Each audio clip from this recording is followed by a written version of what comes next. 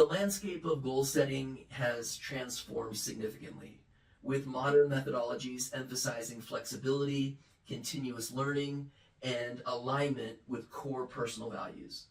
These methods cater to a dynamic world where adjustments are often necessary to stay on track toward achieving financial abundance. Research underscores the effectiveness of goal setting in wealth creation. According to a study by Dominican University, people who wrote down their goals and shared weekly updates with a friend nearly doubled their success rate compared to those who kept their goals to themselves. More on this coming in a minute. But this study highlights the power of accountability and visibility in goal achievement, which is an important caveat. Do we want to be accountable for the goal we make, or just make it and see what happens? Do we want the goal bad enough that we're willing to tell a friend or a family member, knowing about our goal and risking ridicule or perhaps judgment? Whatever we focus on achieving in our lives, we can achieve. We've heard that before. But the way that we do that is by making a decision to write it down and talk to someone else about it. Now listen to this next part carefully because it's powerful. A Harvard business study found that the 3% of graduates who had clear written goals were earning an average of 10 times as much as the other 97% put together just 10 years after graduation. 10 times. Now, keep in mind, there was also a comprehensive study done by Fidelity Investments, which revealed that those who set financial resolutions at the start of each year are more likely to feel financially secure compared to those who do not set any financial goals. It was 58% versus 34%. So here we aren't talking about goals. We're talking about happiness. 58% of us, simply by setting a goal, feel happier. This also suggests a strong correlation between goal setting and perceived financial well-being. Said differently, goals about finances specifically act as a security blanket to our happiness throughout the year. If 58% of us simply create a financial goal, we have a perception of ourselves that we're in good financial shape, which makes us feel relieved and much happier, whether we are or not. Think of it as a happiness security blanket. Because what good is wealth if we aren't happy? Money alone doesn't provide happiness. I tried going that route.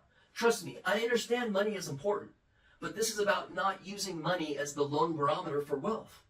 Many people are nowhere close to wealthy and totally happy and content. The modern goal setting techniques are, number one, OKRs, or objectives and key results. Pioneered by Intel and popularized by Google, OKRs involve setting a clear objective linked to measurable results. Wealthy individuals often use OKRs to focus on high-impact financial strategies that align with broader life goals. Some of us may choose to use different acronyms, totally fine, but these are metrics that measure quality of goals. Regardless of the goal you set, create OKRs and adjust as needed.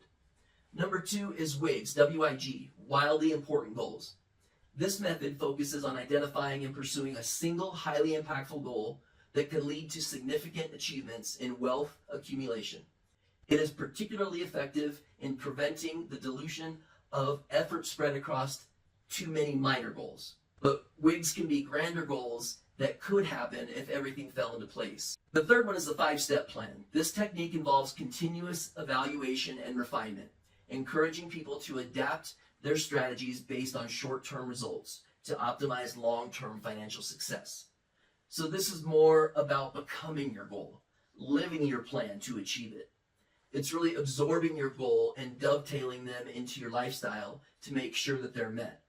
This way it's easier to make refinements and adjustments quickly and with more ease. The fourth thing is multiple goal-setting timelines. Wealthy leaders often do not restrict their goal-setting activities to the new year. By evaluating and setting goals multiple times per year, they capitalize on new opportunities and adjust swiftly to economic changes. This periodic reassessment allows for pivoting strategies in response to market fluctuations, investment performance, and personal life changes, keeping them consistently aligned with their ultimate financial objectives. But if businesses are assessing their goals at least once per quarter, shouldn't we do the same thing with our own goals? Doesn't that make logical sense? We aren't businesses, but we should be observing with a keen eye, closely looking for ways we can personally improve.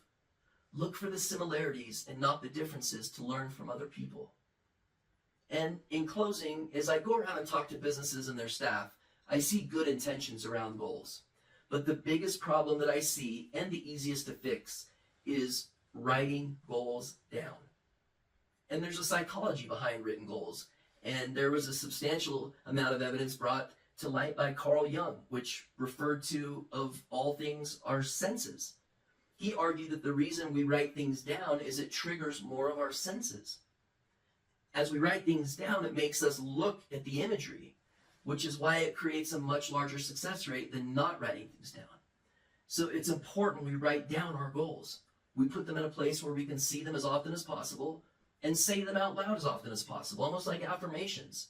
Again, going back to activating more of our senses, which makes us realize our goals much faster the more senses we activate. By adopting these advanced strategies and setting goals by writing them down at various intervals throughout the year, we can enhance our ability to achieve significant financial and personal prosperity. As we continue to navigate an ever-changing economic and political landscape, let these insights inspire you to reevaluate your goal-setting practices. Here's to a future where continuous improvement and strategic planning lead to lasting wealth and satisfaction. I've been with you 156 weeks in a row, haven't missed a single week with fresh content. It's been an honor to bring these videos to you. Thank you so much for watching. Happy 2025. I hope you have a great year. I hope you have started out with a great day. I'll talk to you guys later. See you. Thanks again.